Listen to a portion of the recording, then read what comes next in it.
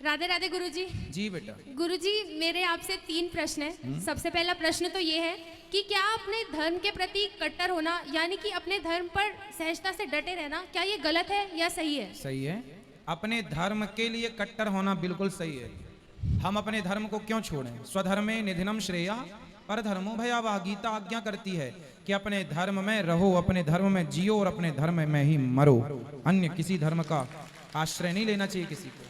जी गुरुजी। और मेरा दूसरा प्रश्न ये है कि जैसे आजकल की जो युवा पीढ़ी है वो अपने धर्म के बारे में जानती ही नहीं है। अगर मतलब हम उन्हें बताने की कोशिश भी करेंगे तो कई बार ऐसा होता है कि वो हमें ही गलत ठहरा देती हैं। अभी परसों ही मेरे साथ ऐसा हुआ कि मतलब मेरे स्कूल में मैं और मेरे दोस्त हिंदू धर्म के ऊपर एक चर्चा कर रहे थे कुछ विषयों को लेकर, तो उसमें कुछ ऐसी बात हुई जिस पर बहस होने लगी।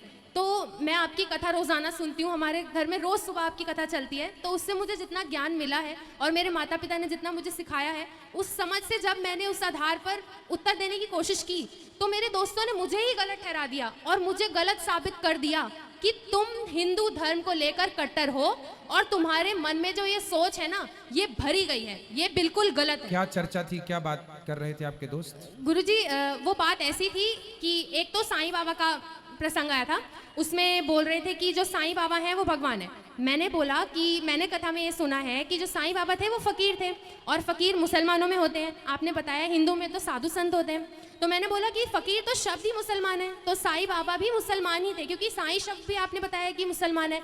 लेकिन वो सब मतलब उल्टा मेरे ऊपर चढ़ गए कि मतलब तुम तो हिंदू मुस्लिम में भेद करती हो, ये है वो है। मतलब मैंने इतना समझाने की कोशिश की लेकिन वो 6-7 जने थे और मैं अकेली थी, मैं किस किस को कैसे जवाब दे पाती? कोई बात नहीं, शेर अकेले ही होता है, गीदड़ की झुंड होती है, कोई दिक्कत नहीं है। आप अपनी जगह सही हो।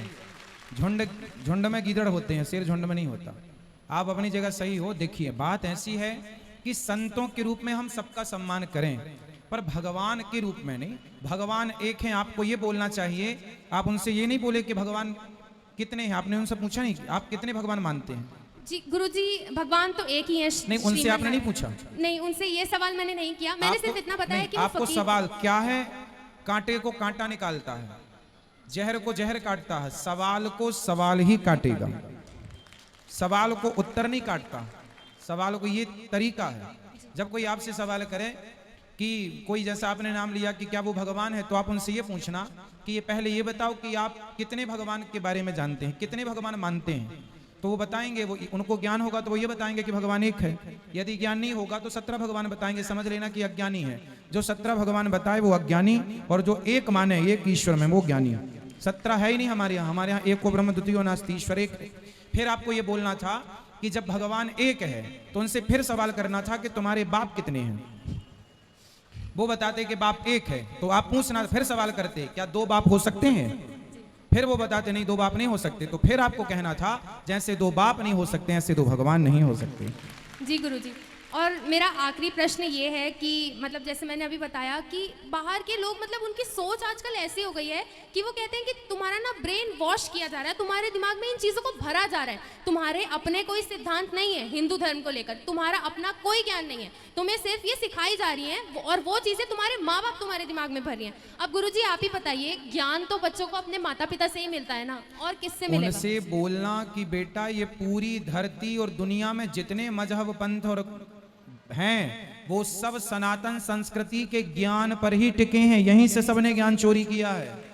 यहाँ जो ज्ञान इतना साइंटिफिक ज्ञान है, उनसे पूछना कि आपके आज डॉक्टर बताता है कि स्त्री के गर्भ में जो बच्चा है 3 माह का हो जाए तब उसका लिंग परीक्षण होता है, लड़का है कि लड़की।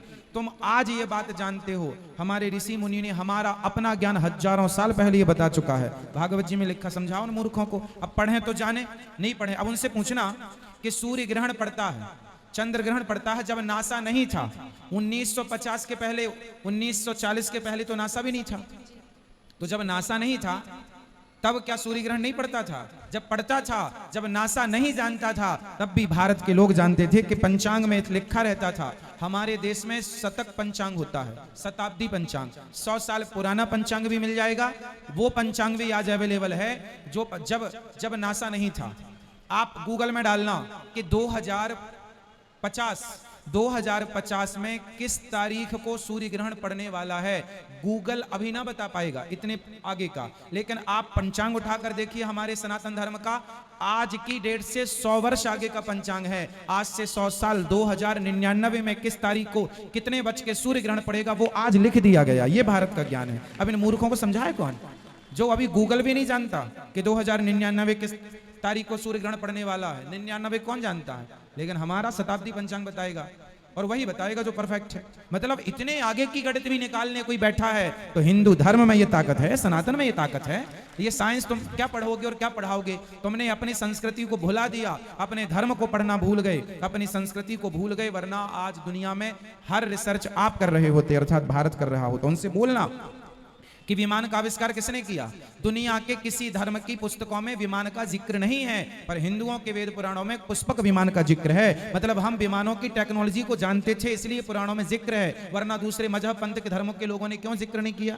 दूसरा, उनसे बताना कि 1885 में दलपदे जी ने विमान बनाया था, उसके पहले सतयुग में करदम जी ने विमान बनाया था, नाम था कामक विमान, और राइट ब्रदर्स ने 1903 में विमान बना के उड़ाया। समझाओ कि राइट ब्रदर्स तो आज के हैं, हम तो पहले से। पुष्पक विमान और दलपदे जी का नाम याद करो कि दलपदे जी ने 1885 में विमान बनाया था, उसी ड्राइंग को ये लोग कॉपी किए थे।